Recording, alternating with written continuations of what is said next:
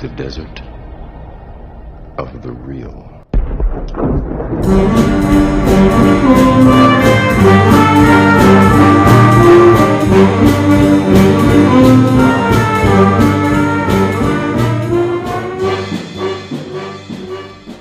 Welcome to the Desert of the Real. I am your host, Ryan Hudson. Joined with me, as always, is your other host, Jason Dietz. The Desert of the Real is a movie podcast where I force Jason to watch big blockbuster movies that he's refused to watch because he didn't think they're worth his time. And I've been right, largely. We're two high school English teachers. We also teach film, philosophy, and creativity classes.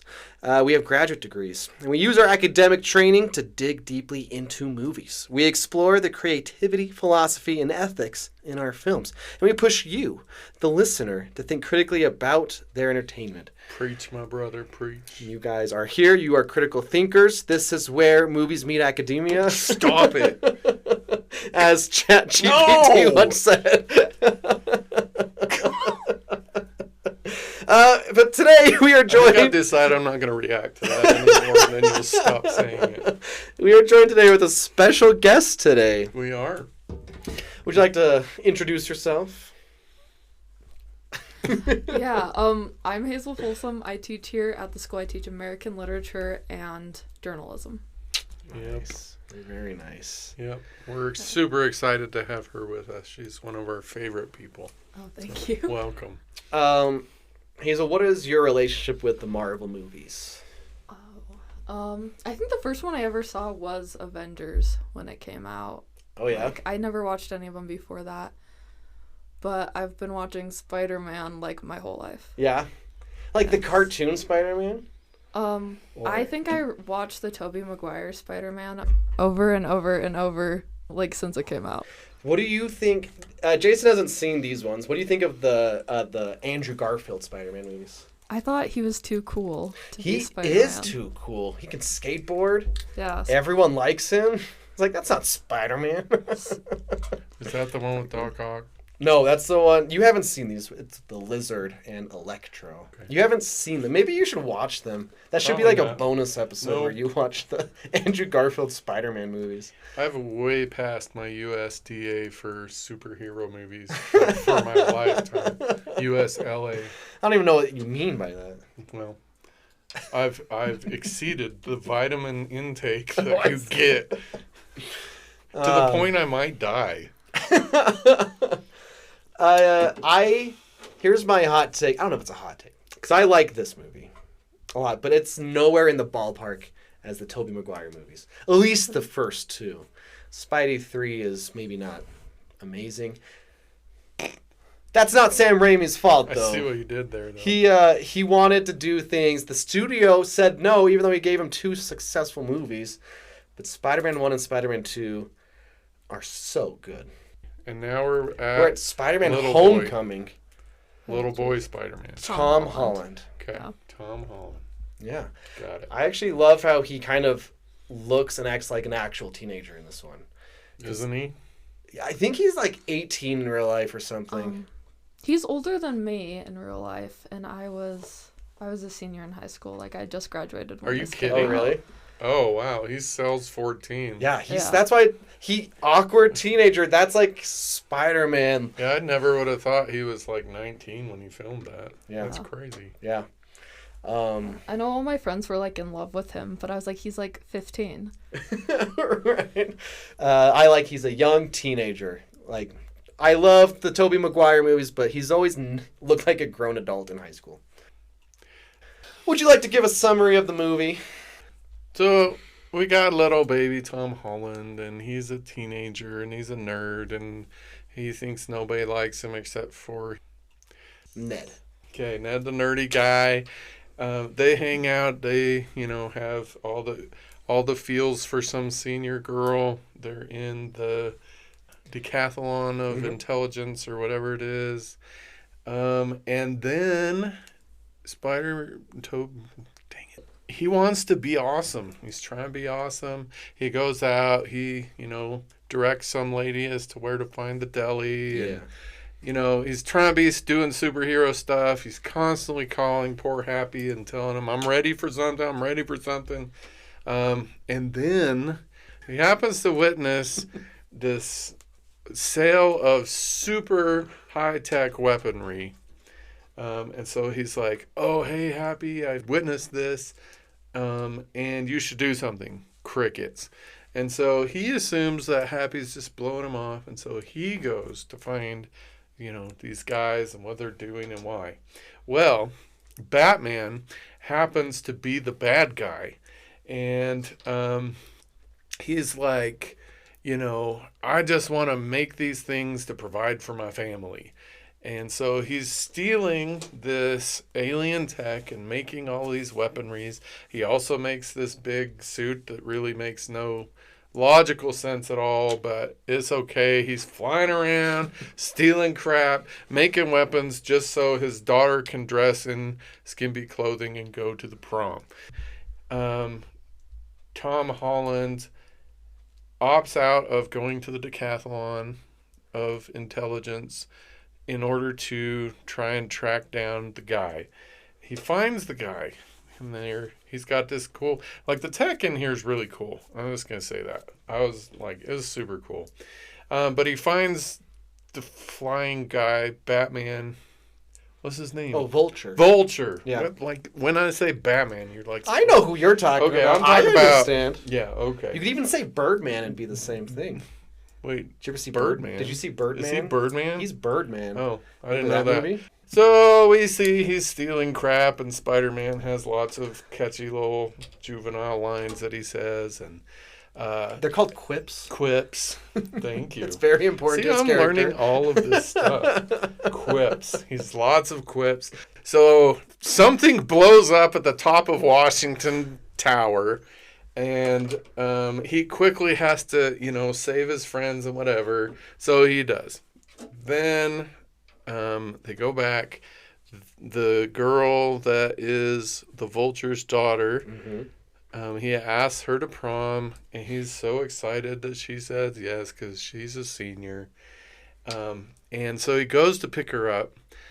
Her dad is the Vulture. And the Vulture, over the course of their ride to the high school, figures out this little dude is Spider-Man. And so he gives him this little pep talk after his daughter goes in and says, if you interfere again, I'm going to kill you and your whole family, and death will happen to you.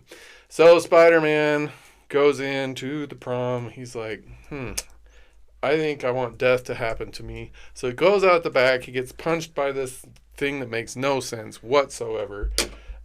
This tech thing that punches buses and whatever. Anyhow, so he beats that guy, and then he goes after the Vulture, who has this awesome plan of stealing the Avengers plane. And there's actually my favorite final battle yet. It happens in this movie between Spider-Man and the Vulture. Spider-Man wins, and the end. Yeah. Well, there's one more thing. Remember? Okay, and I remember now. Oh, Tony. Tony. He gets invited to be an Avenger. He gets invited to... I just remembered that. Tony gets invites Spider-Man to be an Avenger. Spider-Man is like, no, I'm good. The end. Awesome. Yeah. Pros. Hazel, what do you like about this movie? Actually, what do you give it out of 5 stars?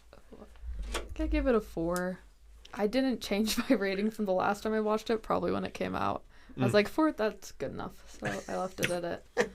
Lots of thought, then. Yeah, lots of deep thought into it.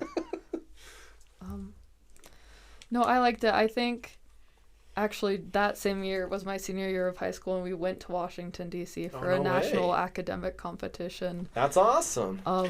So it was kind of cool, and the thing I do love is at the very beginning, his little vlogs that he makes. Yeah, those are fun. Because vlogging was, kind of a big thing at that point. It was fun. Me and my friends made vlogs of our entire DC trip. That's awesome. And they're just like that, except minus the fighting superheroes. But just us narrating poorly. Yeah, I love those interjections when Happy just right. When you were in DC, did you imagine running up the side of the Washington Monument? Did you try to Yeah, run you know up? what, probably. You know what's so funny? I asked my wife, it's like, do you ever just imagine, like, if you were Spider-Man swinging through stuff? And she's like, never once. It's like, No, for sure. I I was like, no, I think about that stuff sometimes. What about a super... Have you ever imagined, daydreamed you were a superhero? No. Yes, of course. See, I'm like that. But also, my wife is also one that's like, no, that's not how I daydream. She... I don't think if I've ever daydreamed I was anyone else ever. Really? Not even like a rock star? I never A wanted to spy? be famous. Or what about I Like, I'm so introverted. I never ever wanted to be in a position where people would be like, oh, I know who that is. That's the guy that just knocked his mic off of the stand. He's famous. That's interesting. And like actually. when people ask the question, like, what famous figure from history would you want to have How have lunch you with? not thought about that? I have. No one. I would not want to have lunch with any famous Does that figure because mean I'd have to you're sit there boring? and I'd have to come up with small talk to talk to this famous figure. That would be the most That's awkward thing so- I can imagine. I am introverted and I hate small talk, Right. but I'm like, yeah, I'll talk to some famous people. Okay. See, that proves know. that proves I'm more introverted than you, I don't despite know. what you We're think. having an introverted off. Yeah. We're, Who's more introverted? You or I? so actually, we're all not in the same room, and we're just splicing all of this together. Yeah, That's we're- how introverted we We're are. all like on Zoom right now. Separately. Oh, back to the YouTube vlogs. It also Yeah. reminded me of like the Daily Bugle, how Tobey Maguire like will set up the cameras and take Yeah. photos of himself. Yeah. But they've just like updated it, so now it's YouTube. Yeah. And so the guy's like, "You're the Spider-Man from YouTube." Anyway, do you have any pros, Dr. Dietz? I do. I have a fair number of them, actually. Like, Peter Parker is, like, he's a pro. Yeah. So, I think you've said this before, but this, Spider-Man is the only one so far that's, like, actually a person. Yeah. And so, I loved his geekiness, his awkwardness, his Yeah. mistakes and tripping and all of that. I thought that was really good. Mm-hmm.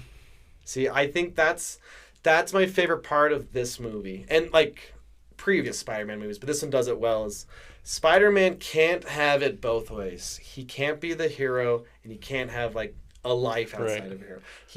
He wants to go hang out at the party. There's something he's got to take care of. Right. He wants to go swimming with the girl he likes.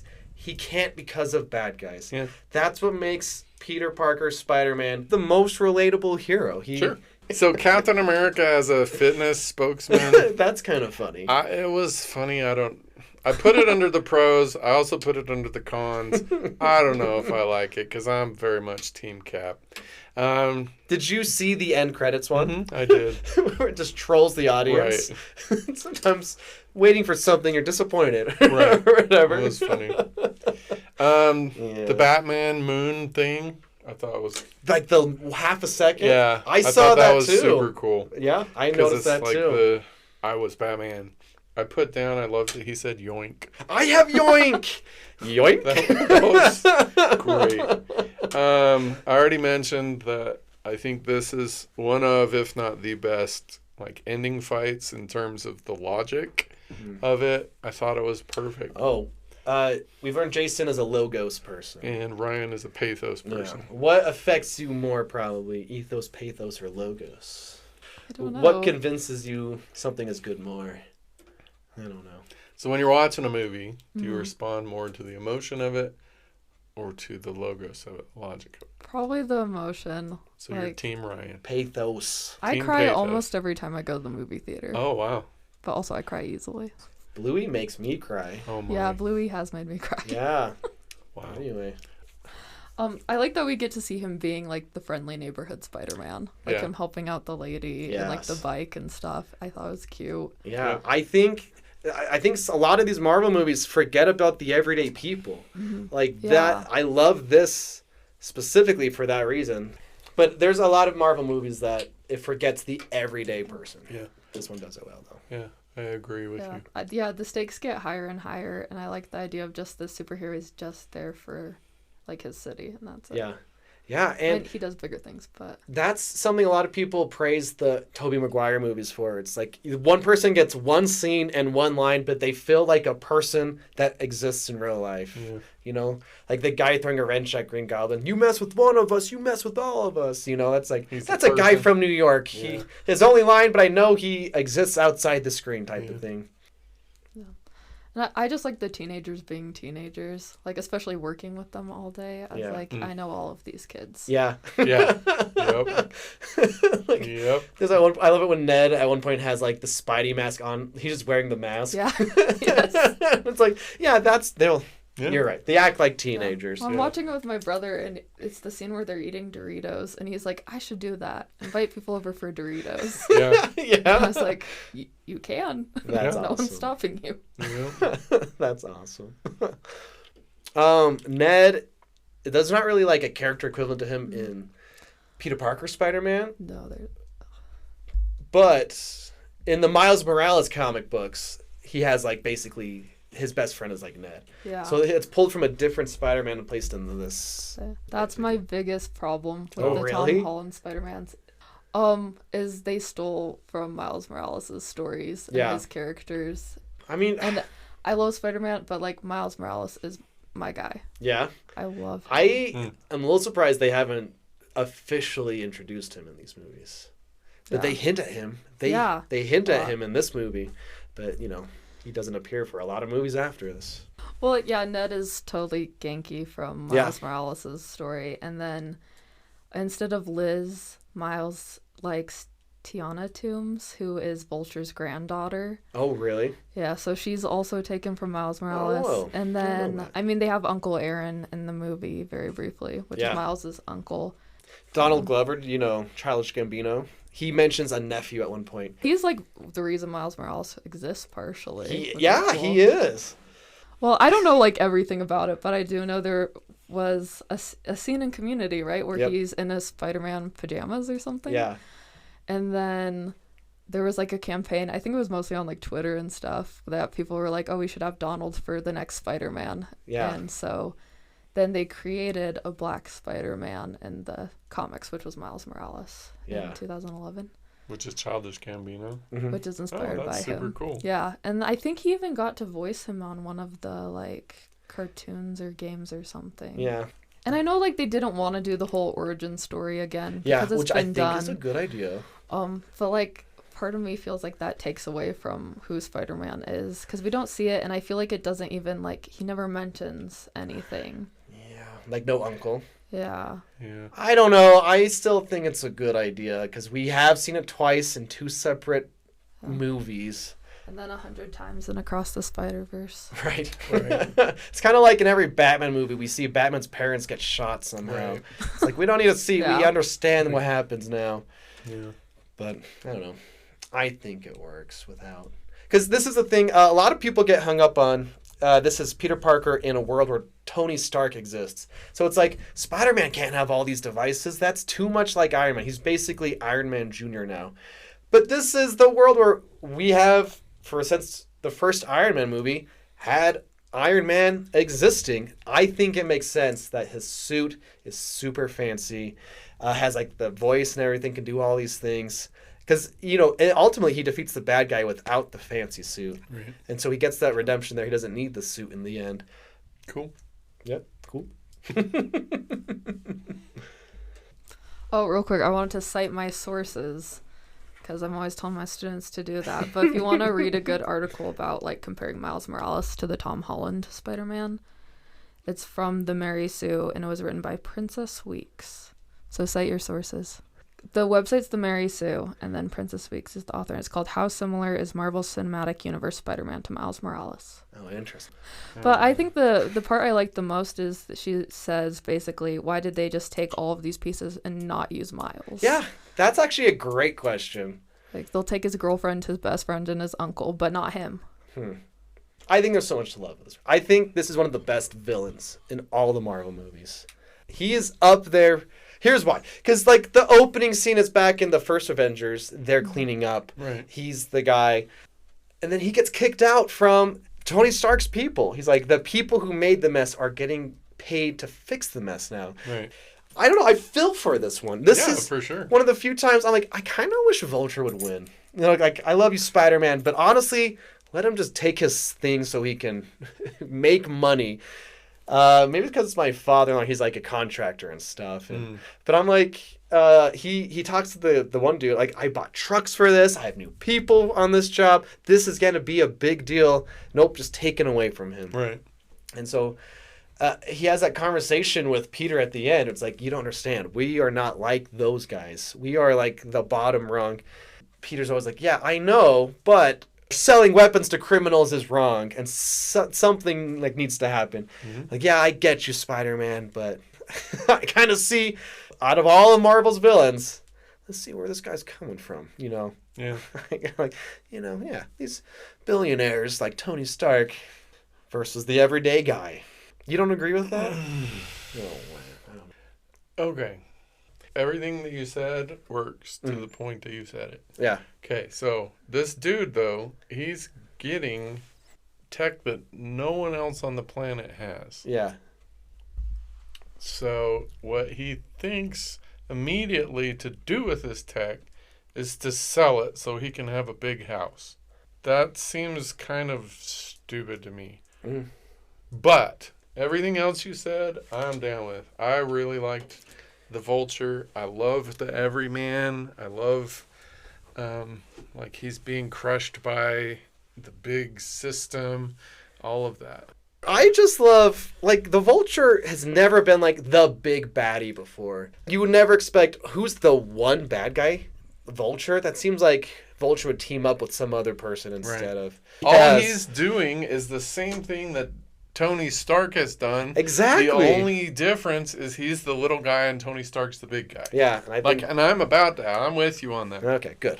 But the only thing he can think of to do with tech that's better than anything anyone else has is sell it to street criminals so that he can make money and get a big house. That's dumb to me.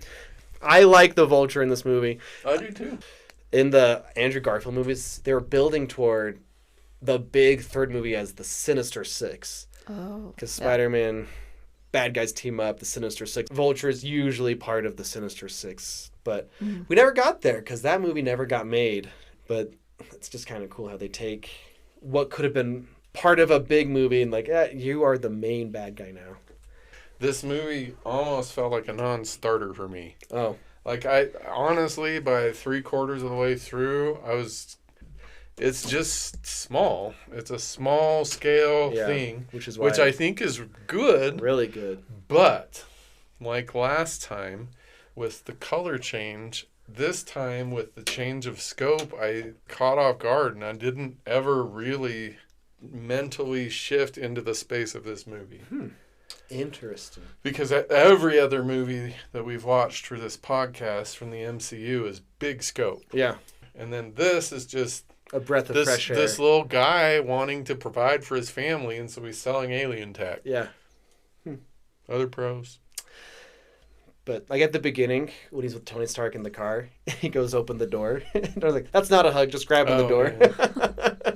That wasn't in the script. That kind of happened organically, and they added that into the movie.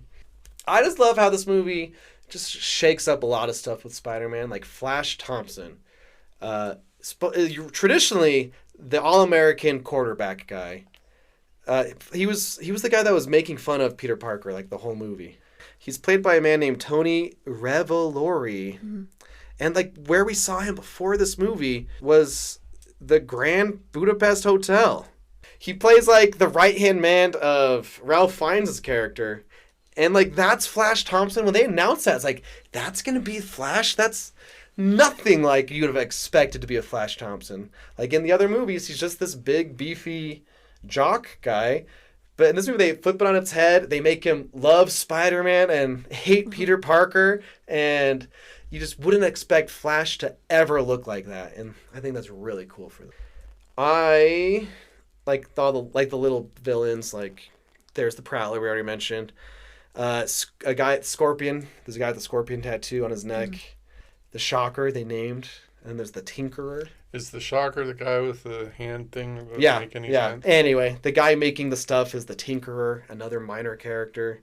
I don't know. I love because Spider-Man messes up big time with like the boat, cuts it in half. Yep. It's a big old mess. Tony Stark comes to fix it for him. It's like, you're not even here. And then Tony Stark steps out, and they have this conversation where it's like, if someone died, that's on you, but if you died, that's on me. Because now Tony Stark, he's found himself in a father, as a father figure now. He doesn't have any kids, has found himself with a son of sorts. And now he's responsible for Spider-Man, which is a fun twist on the other Spider-Man we've seen so far is this Tony Stark father figure. Cool. And he says, I just want to be like you. And Tony says, and I wanted you to be better. Because, you know, Tony Stark's a good character. And always showing growth. But this idea of, yeah, I am an imperfect person. Just be better than I am, but you're not doing it. And I got to take your suit away and stuff and force you to. Yeah, exactly. And I think I love that moment. Because That's a good moment. Yeah, it is. It's a great moment. It's either followed or immediately preceded by, I think, the line that I like the least so far in MCU. Tony Stark. So this is Iron Man. Tony Stark, the misogynist. Tony Stark, the cocky jerk. With a straight face, says to Spider-Man, if you're nothing without the suit, then you shouldn't have it. If he was being serious, he has absolutely no self-knowledge, no self-awareness. I think he does. He just is. Then he delivered it ironically? No. It's like the thing, like, he wants Peter to be the better version of him because he knows he won't be able to be that better version himself. Yeah. He should not have the suit. He's also a hypocrite. Yeah. Yes, he certainly is. That's what I'm trying to say. That's what I'm saying. That's part of the point. Yeah, it's part of the point. And Peter Parker is trying to be like Iron Man. Like, I don't need these training wheel protocols. Like, let me take off the tracker. But, like, he's like, I can do what you're doing. Let me prove it. He messes up big time. And Tony's like, no, you can't do that yet. You can't do what I do. Anyway. My first introduction to Robert Downey Jr. was in a movie with Marissa Tomei. It's called, like, Only You or something. Oh, I don't know that. I don't know. It's, like, from the 80s or 90s. It's a rom-com that my mom watched. One reason, like, Tony has so many fans is because he isn't the typical hero. Like, he is bad. Oh, I really relate to Happy. Yeah. Working with teenagers. Yeah. Just... Yep. I got Sometimes it. you just gotta smile and nod. I love how Peter, like, texts him 1,000 messages. Yeah. Emails all the time. I'm like... Yeah. Getting student emails. Yeah. Grade this right now. Oh, you mean the thing that was due 2 weeks ago? I'll get right on that. Michael Keaton has an incredible face. Yes, he does. He knows what to do with his face. Yes, he does. He knows how to make it intense, knows how to make it friendly. That scene that you talked about in your summary, when he realizes Peter Parker Spider-Man is good. Incredible. So good. They have the whole light. Because color is one of the few things that affect us subconsciously. You're like, oh yeah, this color basically means that. Or the easiest examples are like if it's light or dark or stuff. It's like, yeah. But like color theory, like he's at the light. His face is all green. Or it's red. Because he's like the secret bad guy. He's conniving. He's evil. And then it turns green. He's the Vulture. He's like going to do what Vulture does. It was awesome. Just looking at him. And then he's like, oh, I gotta give the dad talk. Pulls out the gun. Yeah. That's all he needs to do. Yep. He's like, what are you talking about? Oh, good. She doesn't know. Keeping it safe. I like that. Yeah. You saved my daughter's life. I'm gonna let you walk. Man, it's that whole scene is so good. I agree. One of the reasons why I just love him as the villain. Yep. Yeah. That was my favorite scene in the movie. So I really like the line, nothing is more important than family. Because I agree. Man, I thought that line was so cheesy. It took me out of the mood. Fair? Just That's fair. It's cheesy. It is. Family. Yeah. So we've talked in other episodes about loyalist ethics, and I'm a pretty heavy loyalist ethics, and that is my loyal. What character said that? The Vulture. So he follows the loyalist ethics. Mhm. Very nice. And we've talked about the flaws and the holes and the weaknesses of loyalist ethics, but You I get crash. Your plane will crash, and Spider-Man will beat you up. Those are the flaws of loyalist ethics. so I get where he's coming from. Yeah. Like, I really like the Vulture, other than the stupid thing he did with the high tech. Other than that, I get him because I've been that guy. Mm-hmm. Like, I've been the guy that, like, my business has failed. I don't have any way to provide for my family. What am I going to do? And, like, his whole persona of I will do anything to provide for my family, I've been there. I mean, I haven't killed anyone. I haven't stolen anything. I haven't sold alien tech. Sold alien tech to bad guys, but I've done a lot of stuff that was hard. It was really hard because I had to provide. I had to take care of my family. So he's just doing what it takes to provide for his family. Yeah. Which is not a bad thing. Mm-mm. But, you mean, he could have thought of better stuff to do with the best tech on the planet. Mm-hmm. Anyhow, that's okay. That's the end of my pros. I like how Peter Parker chooses not to be an Avenger. He's like, that was a test, right? Yeah. Like, yeah, that was a test. Because the whole movie, that's what he wanted, and he realizes he doesn't need it. Yeah. He's enough without the suit. Tony is not. Poor Tony. Yeah, but Tony also acknowledges, like, that is your choice. I'm not even going to attempt to force you to make that choice. Sure. I love that. He doesn't become an Avenger. He's just the friendly neighborhood Spider-Man. Yeah. A little detail I love is this movie purposely is out of downtown New York. It's like in Queens or whatever. They didn't want it to look too much like the older movies because we've had 5 of them already. So they have Spider-Man doing Spider-Man things in Queens without the big skyscrapers. He's in the suburbs even. He's in the golf field. It's like, oh man, he's running across the golf field. So they purposely try to make it differently that way, which was kind of fun. This isn't even a pro. This is just something I need to share somewhere. I did not know anything about Zendaya. You didn't know Zendaya? No, I didn't know Zendaya at all. In fact, I was watching like special features or interviews of this movie, and Tom Holland's like, yeah, Zendaya really helped me with being famous. And I'm like, who's Zendaya? So did you have Disney Channel? No, I didn't have Disney. You didn't have I've never seen this show. I don't even know what the show is at this moment. What is... So, I knew Zendaya from Shake It Up. I don't know. And it was a show where, she was really young. I think, like, her character's, like, 13 or something, I think, in the show. Wow. And she, like, is a dancer. And then it's, like, her life and also her as a dancer and her best friend. And yeah. So she was, a Disney Channel kid. Yeah. I was hyped when they announced the casting for this and they said that Zendaya was going to be in it. I was so excited.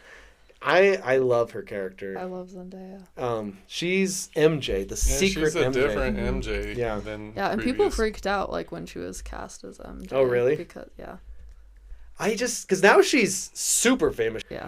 There's a few people like that who became famous. Actually, Ariana Grande was one. I never watched her show. All of a sudden, people just know who this person is. Like, oh. Yeah. I just love her character where... Because she clearly has a crush on Peter Parker. Where it's like, I'm just here because I like to watch people in in detention or whatever. She always points out what Peter Parker is doing. I'm not a stalker or anything. I just notice things. At the party or at the dance, they wave and she flips them off. Stuff like that. She's a fun MJ, secret MJ the whole time. And we'll see how it continues in the next Spider-Man movie. Sure. Yeah. I'm sure. And I think one of the best things to come out of these movies is that Tom and Zendaya are a couple now. Yeah, in real life. Oh, really? And I think they're so cute. Are we ready for the negatives? Yeah. Okay. Oh, I think one of my problems with all superhero movies is they are too long.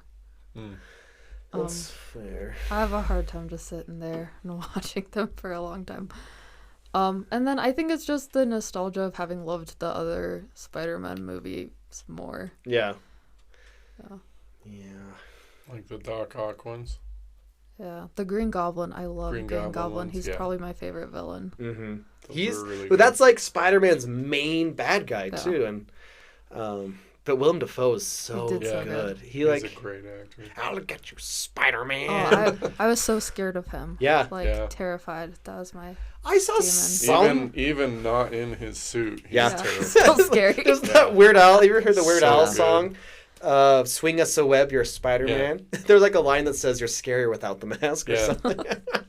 Yeah, so good. I saw some guy on Twitter that's like, why can you see his mouth moving? Like in between like the goblin's mouth. Like you can see his actual mouth. It's like, that's so dumb. It's like, no, that's actually really good. That's Right. cool. Yeah. That is really That's cool. like a good detail. Yeah. We're not so different, you and I, Spider-Man. Oh, Well, yeah. Anyway, yeah. That's what I mean. Like, it's not even in the same ballpark as how good I think those... It They're is. so good. They are very good. Oh, man. Arguably, Spider-Man 2 is the best to this day. yeah. This one, Homecoming, is not my favorite Marvel movie. It's not my favorite Spider-Man movie. Yeah. For me, yeah, it's up there for Spider-Man movies. Because now you have to consider our Into the Spider-Verse movies. Do we put them with the Yes. Spider-Man movies? Those are not MCU, right? No, No. they're No. Sony. But they have Those are Spider-Man. really good. That's they're my so good. my favorite Spider-Man movie is Into the Spider-Verse. Yeah. Is that the first one? Yeah. Yeah, me too. Mm-hmm. It's so good. So far. I watched it on an airplane once with no sound because I didn't want to pay for headphones. Yeah. And I just like could play all the music and sound in my head because I've seen it so many times. Awesome. Yeah. That Maybe it's a problem. So he shoots the vulture Okay. with taser web. Yeah. No, No. that's stupid. He knows what it's gonna do. Like, why of all, like, he's got what, like, infinity of options. He chooses the one option that's gonna activate the alien tech. That was dumb. Oh. I was like, no, because you already knew. Anyhow, that's a nitpick. I admit it. Yeah. But still, that's all I do is nitpicks, right, Ryan? Yeah, that's mostly it. pretty much. Yeah. So the last thing, and it's not really a negative, it's just, so like, what hurts Spider-Man? Because basically in this movie, it seems like nothing.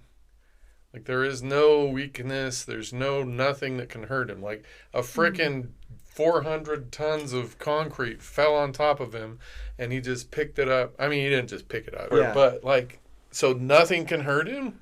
I don't know. Doesn't he get hurt? I don't know. I feel like Like, he's, like, bouncing, running into brick walls and crap while he's bound, and he just gets up and, starts flinging his thing. He falls from... You're just getting into action movie stuff. Well, at this but, point. okay, and I'm not Team nitpicking, I'm logos. not taking it apart. I'm just asking, like, what are the limits of his physical... No, it's a good question. Yeah, because he can get beat up. He's not like as strong as. Well, like, have you ever like tried killing a spider and it Yeah. won't die? Cause No. oh, You well, lift your foot up and it still runs away. He's like, ah! maybe I'm just really bad at killing spiders because I'm sure maybe I Usually have. I don't really. unsuccessful. I just usually put them in the cup and take them outside. I usually run You away. really but, do? I don't kill things. I'm like, you are in my house. There's no you should have neutrality known here. this is the boundary. It is, because I get big hobos in my Oh. basement. Like, Yeah, I don't kill those I don't guys. kill anything actually. I walked out of a class once because there was a spider in the room. Oh, really? Yeah, I couldn't do it. I Oh screamed. wow. And one time we were at this restaurant as a family, and a spider came down from the ceiling right in front of us, and it had like these long legs and stuff. We tried to get a free meal out of it, but they didn't. They're like, "Oh man, that's crazy." Yeah, so crazy. Should we get something? Ooh, I would have left. Yeah. Oh wow. I love when They're Ned's like, just "What are your your friend. powers? Can you They're summon friendly. spiders?" I'm so scared of Spiders it. If he are- could summon spiders, Yeah. there'd be no crime. Yeah. There's a comic stripper he like there's some just bandit guy. He's like, I'm calling them. What? The spiders. Millions of them. 'Cause I'm Spider-Man. And the guy like throws his gun down and stuff. 'Cause Spider-Man's got the quips. That's part of Spider-Man. Quips, yeah. That is, essential. And his quips are funny. Mm-hmm. Where like Iron Man's quips Yeah? are just like jerky. He's just a jerk. But let's not rehash Let's that again. Oh my goodness. for the 15th time. So what can hurt him? I think, I don't know, just Nothing. Like using his loved ones against him. Emotional pain. So emotional pain. That's it. Spider-Man Oh. always gets back up. That's Yeah. his thing. Okay, what hurts then- him over like everyday guys. I don't know. Vulture Okay. doesn't have superpowers, but he can throw stuff at him. Right, which doesn't hurt him. Mm-hmm. Nothing hurts him. I don't know. It's okay. I It's was just just curious as to the limit. He doesn't have like a kryptonite, Yeah, I I don't think suppose. he- Right, or anything Yeah. that hurts him. So, anyhow, because that was one of the flaws with Captain America. He's just like perfect. No, like his physical abilities, like just kind of grow and shrink, and like there's no really well defined, like this will hurt him, this won't hurt him. Same thing here. Mm-hmm. So, I don't know. Any other negatives? I don't have any big strong ones. I didn't really either, other than the fact that Iron Man was in the movie. Yeah. I think the rest of it is pretty okay. Mm-hmm. It was just small, like I said earlier. Kind of, it was just small. It felt small. And, That's why it's good in my opinion. Right. A breath of fresh air. right.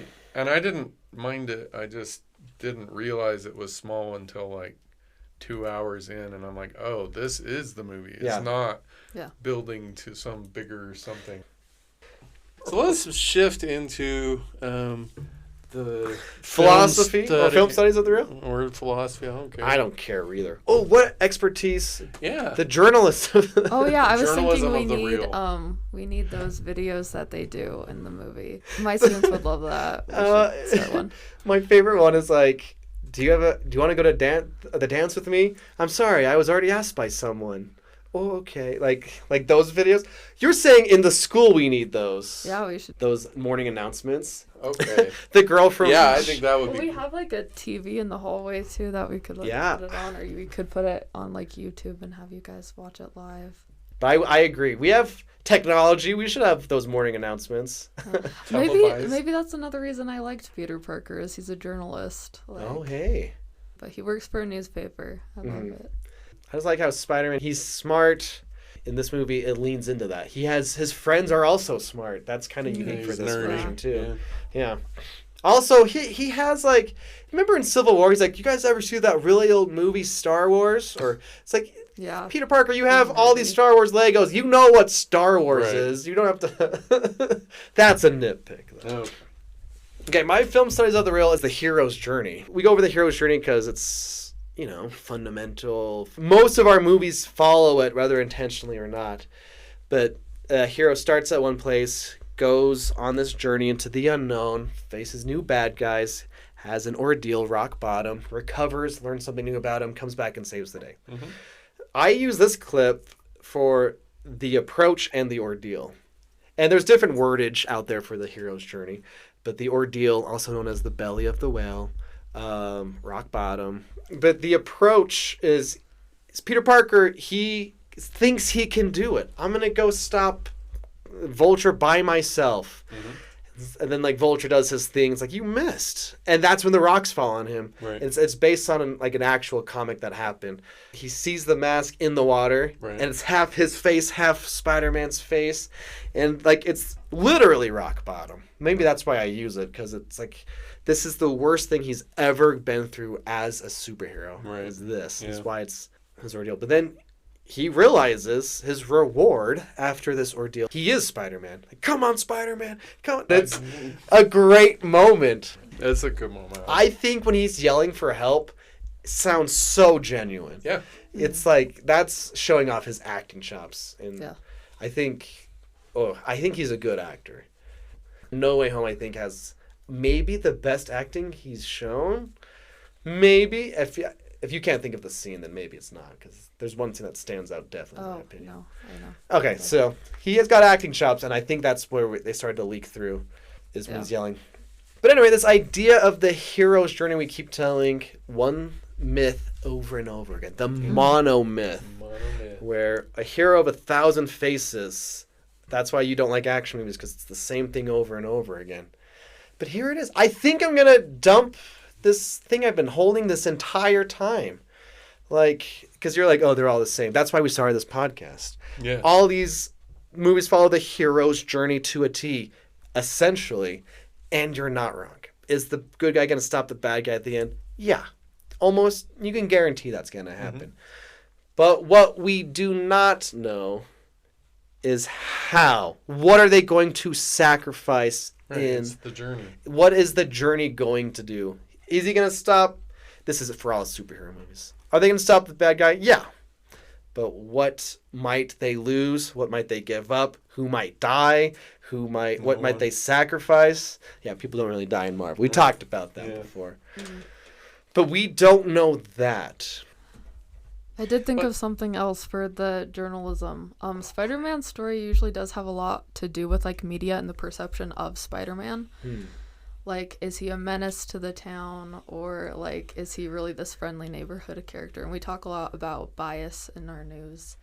And I think it plays more into his story later on. Like right now he's just Spider-Man from YouTube. Yeah. Like, and they see him and they say, do a flip. Do a flip, Spider-Man. But later, like, their perception of Spider-Man will shift and that's part of his story, is how people see him. Yeah. And the media plays a role in it. So that's true more so for him than any of the others. I'd say, like, they don't really cover it as much. That's a cool insight. A big thing for Spider-Man is he's always secret identity. Iron Man says he's Iron Man. Yeah. I guess Captain America doesn't really matter his secret identity. Well, he's like propaganda. Yeah. He's not protecting anyone by being a secret. But Spider-Man, he can't let people know because he's got Aunt May. He's got his friends. He can never reveal himself. Philosophy. Yeah, philosophize. So we got two main things that this movie seems to be interested in: responsibility and identity. You were already talking about identity. And so kind of the core of the philosophy is, for this, is Spider-Man becoming okay, being himself, but also pushing himself to be more and to be better and to be like good in his own skin kind of thing, which is one of the reasons I really like this, because I feel like, especially as high school teachers, most of our kids struggle with that. Like being okay with who you are right now. Like if you're a nerd, be a nerd and be okay with being a nerd. If you're, whatever, be okay with that. And I think this movie, by the end of it, Spider-Man's okay just being the neighborhood guy. Yeah. Which I thought was really cool. And then the other philosophical thing is responsibility, which I'm not going to bring up, the quote, but I thought it was a really interesting comparison between Iron Man and the Vulture, because basically they're both doing the exact same thing. Yeah, they're great foils. Exactly the same thing. And it's only bad in the Vulture's case because he's the little guy. Yeah. That's the only piece of that makes him a bad guy. Everything else that he's doing, I feel like is in his responsibility. We as adults, as parents, have the responsibility. If we bring someone into this world, we have the responsibility to take care of them, provide for them, and that's all he's doing. And so I really liked that a lot. You like you could say, like, with great power comes great responsibility. I was simply not going to say that, but I didn't say I love in Spider-Verse. Don't say that. Don't finish that. In terms of ethics, we already talked about the loyalist ethics of this. The Vulture is loyalist ethics, bad guy. 100%. He is my family. I am loyal to my family. Whatever my family needs me to do, I will do it. What's interesting, though, at the end, when Scorpion's like, I hear you know who Spider-Man is. And he's like... Doesn't rat him out. Well, whoever said that's a lie. Like, he protects Spider-Man for some reason. Yeah. I like that he's not dead. Yeah. I don't know if he's going to show up later. See, what if they're building to the Sinister Six? I don't know. But I like that he didn't die, because I really liked his character a lot. Mm-hmm. So... Me too. So this, in terms of ethics, to wrap it up, This is the first time we see a character that's driven by what's called intuitive ethics. So Spider-Man, at least in this movie, is a very intuitive ethicist. Makes right and wrong choices based on what feels right this second. Right now, this feels like what I should do, and so I do it. And like we see that, yeah, it blows up on him all the time. Yeah. Basically, the whole movie, even the end, even though he gets the vulture, it's still like wreckage. And yes, he got the guy, but what was the cost? Well, intuitive ethics is very much like that. If you make your right and wrong choices based on what do I feel right now, that's what your life's going to look like. Spread out on the beach, flaming wreckage, because making choices based on something as changeable as your mood or your emotional state at the moment is always going to be a tricky and dangerous thing to do. And I think Spider-Man shows us that. Even though at the end, it came out all right for him, if he wasn't more invincible than Superman, it would not have. So, yeah. So that's ethics of the real. Yeah. Something I want to try out for the first time. The archetypes. Of the it's real. kind of like assign archetypes how I see them or how you see them or we all see them. Because I think there's 12 main archetypes. I think Peter Parker is the orphan. He just wants belonging. He wants to be like Tony Stark. He wants to belong with the Avengers. Yeah. And he also morphs into like the hero archetype. It's kind of hard for main superhero characters not to be the hero archetype sometimes. Right. But he does. He'll do what it takes to save the day at the end and be the best version of himself. Right. But the Vulture, I kind of want your opinion because I think he's kind of the magician. He uses his stuff he has at hand to be the best version of himself. Yeah. He's using... Anyway. Do you have the dessert? Oh, do they? Oh, of course. The dessert of the real. They go get Thai food. I think I saw forever ago when this movie came out that one of the restaurants next to that restaurant is like a reference to Thor, little Easter egg to something Norse god related. I can't tell you now, so there's no point bringing that up. But hey, if you knew that, called it out. But then I guess the guy. I really larb that take, Ryan. I really. Oh, here's a nitpick that comes out of nowhere. When he goes to stop the bad guys, and he's so awkward about it, which is great. There's a funnier take in the trailer, I think, where it's like, I forget what it even is in the movie because I like the trailer version better. It's like, you're not the real Avengers. Thor or Hulk gives it away. Funny joke. That's not in the movie. That's just in the trailer. Anyway. Cool. Anyway. Sounds like we've reached the end. We've reached the end. Do you have any final words of I don't know. wisdom You can for us? I don't have any wisdom. Words. My favorite Marvel movie is Black Panther. Oh, and then my most controversial Marvel opinion is that I did not like Ragnarok that much. I feel like everyone loves it, and then wasn't for me. Here's the thing. When I was student teaching and I lived in another state with near a friend, we started a podcast that only exists a couple episodes on YouTube. Started with the idea that he hated Ragnarok, but I loved Ragnarok. And let's just argue about it. That was our first thing. And you might hate it, probably. I don't know. I think it's great, but yeah, there are people who don't like it. Yeah, so I'm kind of surprised I'm not the only one. Yeah. Or I should say my friend doesn't. But so there's two on the planet. Okay. So I saw Madam Web and I liked it. So see, that is a spicy take. Holy moly. I think I am the only one. Unironically too. No, I just thought it was fun. Yeah. Yeah. And they actually purposely said it in the early 2000s because Uncle Ben is in Madam Web. Oh, is he? And his sister-in-law, Adam Scott. And his sister-in-law, who's Emma Roberts, is pregnant, so she would be Peter Parker's mom. Oh, wow. And so they said it purposely that baby could be Tom Holland, Spider-Man. It's these dang Sony Spider-Man movies. Yeah, they're trying to get in, but they're not. They're like, hey, you like those? Come watch these. And we're like, we don't want those. They tricked one person. Yeah. Yeah. You. No. Well, Dakota Johnson thought she was in the MCU. And she's not. That's Yeah, not she like the same fired thing. her talent agency or Yeah. something after this movie. Oh my gosh. Any hoozles, you get a choice. Yeah. Or you'll tell us what it is in just a second. And then we're coming fast with Thor, Ragnarok, then Black Panther. Then it's Infinity War, Ant-Man, Captain Marvel, Endgame. So I want to do Infinity War and Endgame in the same chunk. Okay. But we're getting into summer vacation, so it's all going to be messed up anyway. So That's true. Whatever. Yeah, what else? This week, we are going to watch The Guilty, which is a 2021 movie. I think stars Jake Gyllenhaal and other people. And that's all I'm going to say. You should go watch it. It's amazing. Jake Gyllenhaal.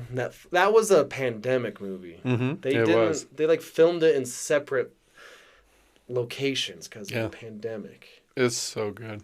I love it. The Guilty The on Guilty. Netflix. Jake Gyllenhaal. Jake Gyllenhaal is guilty. He's or guilty? is he? Spoiler. Or is he? Yeah. I don't know. Have you seen it? No, I just know he's guilty of stealing Taylor Swift's scarf. All right. Well, Well. Spider-Man. Thwip, thwip. so once again, we encourage our listening audience to think critically, Think critically. about the movies that you're dealing with. Look for the holes, look for the flaws, look for the pieces of it that don't make sense, because logos is really the core of how people should be watching movies. Am I right, Ryan? I think it's Kairos is what we're missing yes. out. That's I think true. That's the one we're really missing. I agree. That's why all of my movies don't get as many listens as the MCU. It's got to be Kairos. The time for Lord of War was 2005, not now. Yeah. I've learned that. So Also, if your friend doesn't like Thor Ragnarok, well, I don't know. Are there others out there? I don't know. Give us an email. You should share it and find out. desertoftherealpod@gmail.com. What do you think of Spider-Man Homecoming, Spider-Man in general, Marvel movies, anything and everything? Send us a review. Indeed. We love you. I think you have to say we larb you. We larb you. Yeah. Like Aunt May larbs Yeah, Peter. Aunt May larbs him so much. We'll see you next week. Bye.